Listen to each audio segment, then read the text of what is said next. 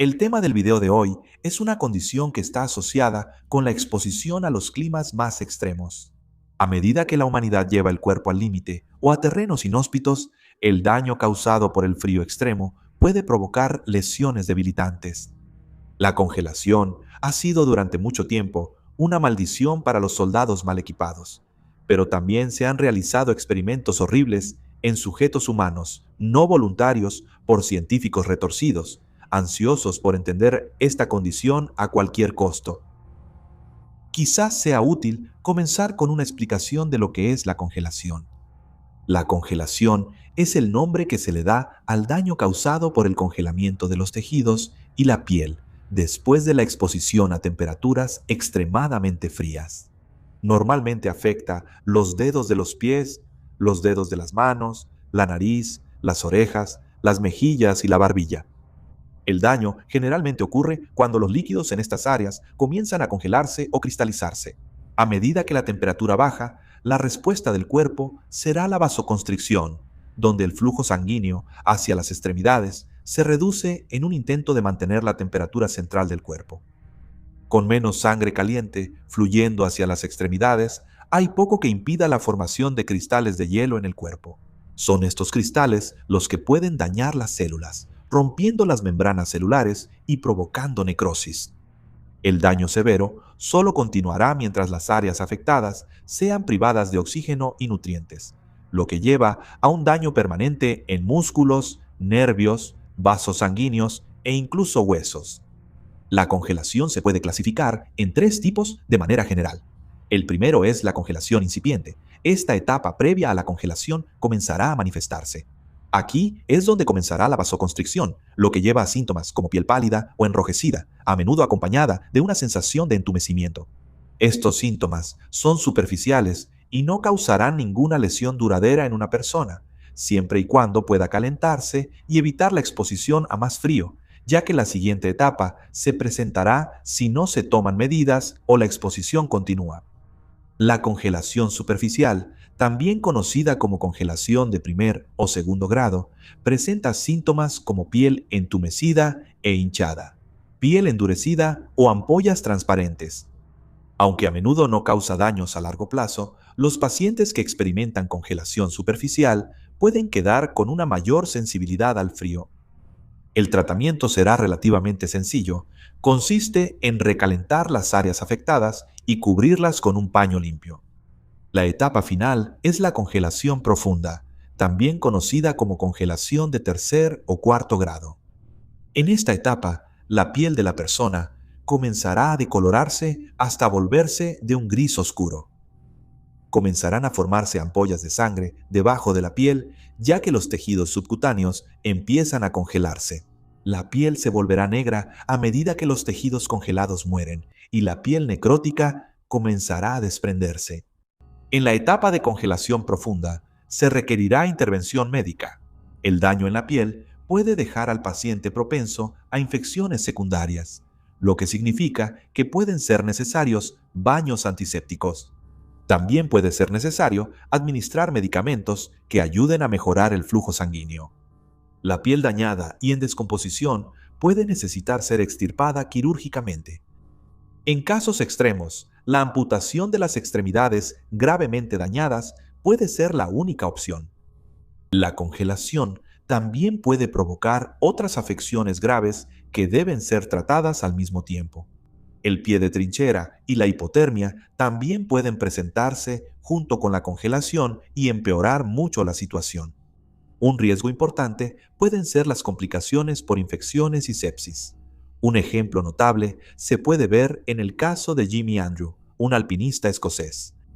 En 1999, Jimmy y su amigo Jimmy Fisher quedaron atrapados en una tormenta de nieve a menos 30 grados Celsius.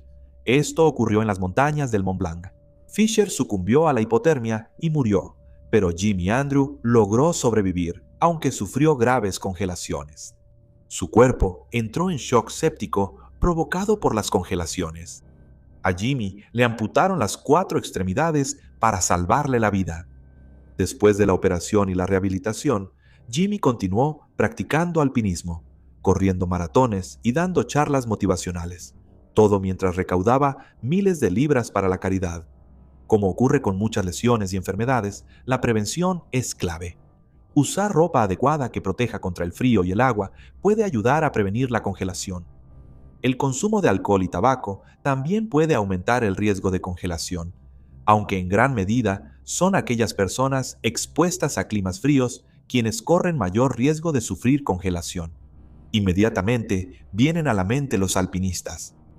Pero las personas sin hogar, aquellas con trastornos por consumo de sustancias y quienes padecen enfermedades mentales, quizá no sean las primeras que vienen a la mente como personas con alto riesgo de sufrir congelación. Una persona sin hogar podría no tener la ropa adecuada o no poder cambiarse de ropa para evitar lo peor de la congelación. Y una persona con enfermedades mentales o trastornos por consumo de sustancias también está en riesgo, ya sea por daño al cuerpo del paciente o por negligencia, y la falta de asistencia adecuada para quienes padecen enfermedades mentales, lo que los lleva a estar expuestos en estados de fuga o vulnerabilidad. La congelación ha sido durante mucho tiempo una condición que ha afectado a la humanidad. Uno de los primeros ejemplos conocidos de congelación se ha encontrado en una momia precolombina de 5.000 años de antigüedad, descubierta en las montañas de los Andes. Para los ejércitos, la congelación ha sido durante mucho tiempo una de las principales causas de lesiones en los soldados. La vida de un soldado marchando y viviendo en condiciones climáticas extremas, sin la ropa protectora adecuada, era una receta para el desastre. Durante la desafortunada marcha de Napoleón hacia Moscú en 1812, el invierno ruso cobró decenas de miles de vidas. Los pocos soldados franceses que lograron sobrevivir se retiraron afectados por la congelación. Durante ese tiempo, los síntomas no eran ampliamente conocidos ni los tratamientos bien comprendidos. No era raro que los soldados perdieran dedos de los pies y narices debido a la condición. Para los exploradores antárticos que buscaban llegar a lugares nunca antes vistos por el hombre, el riesgo de congelación era muy real. Una de las víctimas más famosas de la congelación es, podría decirse, el capitán Lawrence Oates, de la fallida expedición Terra Nova liderada por Robert Scott. Oates fue acosado por la congelación y la gangrena, plenamente consciente de que no sobreviviría al viaje de regreso al barco. En lugar de retrasar a sus compañeros, salió de la tienda para deambular por los páramos nevados, diciendo simplemente, «Solo voy afuera, y puede que tarde un poco». No fue sino hasta la Primera Guerra Mundial que se hizo una distinción entre pie de trinchera y congelación. Tenemos un video aparte sobre el pie de trinchera, pero para esto, la diferencia clave entre ambos es que el pie de trinchera no requiere temperaturas bajo cero para ocurrir. Sería en el año 1915 cuando los hospitales empezaron a admitir soldados heridos, diferenciando entre pie de trinchera y congelación. Durante la Segunda Guerra Mundial, las duras condiciones del frente oriental resultaron en decenas de miles de bajas por congelación. Hasta 15.000 soldados alemanes sufrieron amputaciones como resultado de la congelación, mientras que para los soviéticos, hasta el 7% del total de soldados heridos resultaron lesionados por congelación. Pero quizás el ejemplo más infame de congelación se puede encontrar en la Unidad 731. Esta era una instalación japonesa de pruebas e investigación de armas biológicas y químicas en China. Todo tipo de experimentos perturbadores se llevaron a cabo en prisioneros chinos contra su voluntad, prisioneros de guerra y poblaciones locales que no sabían lo que ocurría. La vivisección en pacientes y pruebas con enfermedades como la peste bubónica fueron solo algunos de los horrores infligidos. Pero la instalación también buscaba comprender los peligros y lesiones a los que se enfrentaban los soldados japoneses en campaña, desarrollando nuevas formas de tratar a los soldados heridos. Para este fin, los prisioneros fueron expuestos a agua helada para inducir congelación. Gran parte de la experimentación fue realizada por Yoshimura Hisato, un psicólogo de la Unidad 731. Usando cubetas de agua helada, las extremidades de los prisioneros eran sumergidas durante varios minutos, expuestas al frío mientras se les vertía agua helada, hasta el punto en que las extremidades quedaban completamente congeladas. La prueba para verificar la congelación era golpear las extremidades afectadas con un bastón, escuchando un sonido de madera contra madera. Esto significaba que las extremidades del prisionero estaban completamente congeladas y que el prisionero estaba listo para la etapa final.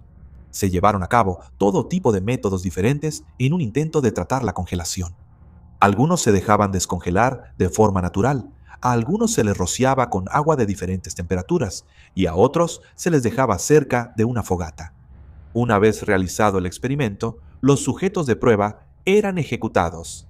Sus cadáveres luego eran destruidos y se les llamaba troncos para ser quemados. Se cree que hasta 12.000 hombres, mujeres y niños fueron asesinados en estos grotescos experimentos en la Unidad 731, en pruebas exactamente como los experimentos de congelación. La congelación, sin duda, seguirá siendo un riesgo para quienes llevan sus cuerpos al límite, desde alpinistas hasta exploradores en condiciones de frío extremo.